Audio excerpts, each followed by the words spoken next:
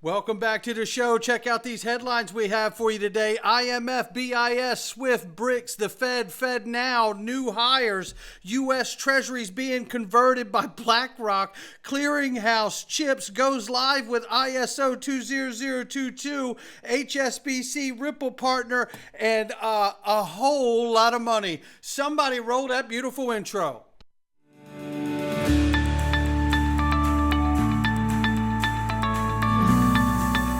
Digital Perspectives with Brad Kimes. Come on in.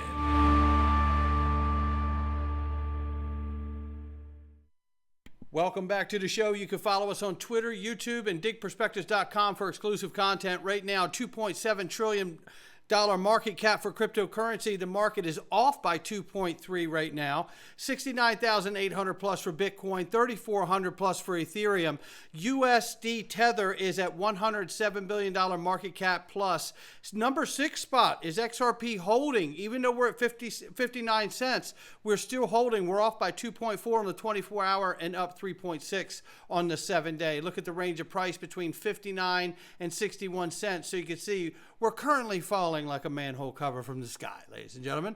But that doesn't stop us because there's 20 days until XRP Las Vegas. Yeah, get your tickets, everybody. You know it's going to be an incredible event with so many top industry leaders. And how many other chances are you going to have to be in a room with all of these same people? You will be up close like you have never believed. I can only stress it so much here, and the tickets are selling rapidly. So do not mess around. We're waiting to hear back. It should be this week whether we have to stop selling tickets or not.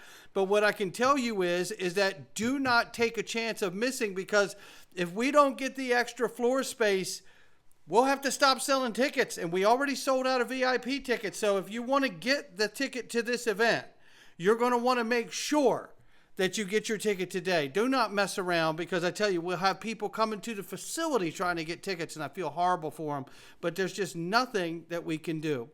Don't forget about the Future Digital Asset Benefit Dinner. That's going to be amazing, and there's a surprise coming at that thing too. So it's Brad Garlinghouse, Christian Carlo, and we're going to have the Congressman Wiley Nickel there.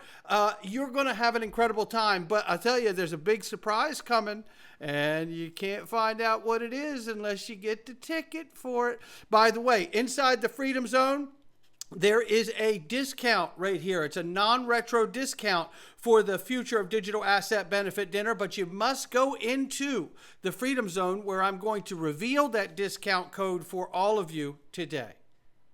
Now take a look at this. It's the one and only Jason Cousins right here with Glint Pay. He goes in and he buys his breakfast with gold. That's exactly right, with Glint Pay. That's exactly right. You get a MasterCard debit card. He's showing them there. Now, there's music in the video, so I don't want to show it to you in case it's copyright. But he shows them, and I love this. I bought with gold. I paid with Glint. What a great, great slogan right there. And he says it at the end. And it is a wonderful feeling. I have done it many times with my card. And I tell you right now, I feel super smart for getting gold, because it's physical gold you own, and it's stored for you in a vault in Switzerland. It's amazing from Brinks. So, and it's insured by Lloyd's of London. So it is your gold, your physical gold, not paper gold, and you could use it to make purchases whenever you want to. And if I go out and make a purchase right now, it's coming off of my gains in my gold. Like, it's not even coming out of my pocket at this point. So remember, this is a remarkable, remarkable product right here. And then XRP Ledger enhances AMM usability with latest updates. Oh, I'll say, we know the AMM fix is in and the amendment is made, and we're super excited. And there's tons of liquidity starting to pour into these AMMs already. You can't ask for more. But one thing we know is that I think the timing is perfect, because we know that there is an economy that is rapidly changing and deteriorating. And we know on a global stage, there is a massive transition coming for the financial system and the monetary system the way we know it today. Now, when you look at this article here from Zero Hedge, IMF prepares financial revolution, say goodbye to the dollar. How about say hello to the new financial system? because this article goes in and it touches on points, and I don't have to read it for you because I already did read it for you, but we don't have to read it together. But it talks about the BIS. It talks about the unified ledger that they're currently working on. It talks about SWIFT, right, and the integration of SWIFT GPI, and plus we know ISO 20022, which we're going to have more information on in just a second. We know about the BRICS coalition, which it really doesn't even bring that up as much in there, but that all of these are impending factors on a new financial system that is being ushered in as we speak. The Fed and the Fed Now, right? We know Fed Now is live. So we know Ripple is a part of a lot of these things that we've already talked about today. So there is a very, very fast, rapid pace change happening. Marcus Infanger from Ripple says exactly the same thing. We're at the start of a paradigm shift. And you know, I've said on this channel for years, since the first video, I believe, if that's still around, you know, we are witnessing the greatest financial paradigm shift in the history of mankind.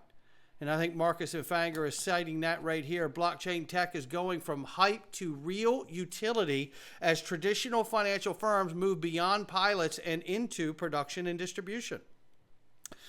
This is a moment we've been waiting years for, ladies and gentlemen. And with the onset of stablecoin legislation around the world, and what appears to be very soon here in the United States as well, it makes perfect sense that we see this from 801 XRP showing that the Federal Reserve is hiring for a lead distributed systems engineer for CBDCs. How about that one? I thought they weren't working on that, right? Potential US CBDC to better understand this emerging field. You get it. Yeah, of course there's going to be one. What do you think Fed Now is, right? So, of course, we know it's coming. And we also know with the onset of stablecoins, CBDCs is the onset of real-world asset tokenization. And it's already starting here. Chad Steingreiber reminds us here that this is U.S. Treasuries being converted into USDC by BlackRock by the code.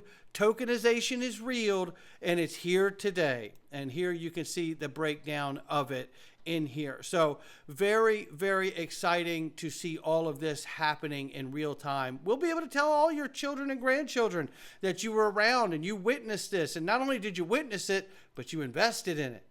And here's a little clip too, which we don't have to play because I know we're probably getting long on time here and we've got a little more to go over. We got time. Let's play it. This will break down exactly what BlackRock is doing through Buildle. First one, Circle announces the USDC smart contract for transfers by BlackRock's Buildle fund investors. And I'll zoom in on this a little bit. Smart contract provides Buildle investors nearly instant 24/7 Buildle off-ramp that brings and to bear the core benefits of tokenized assets, speed, transparency, and efficiency. This is a pretty big deal.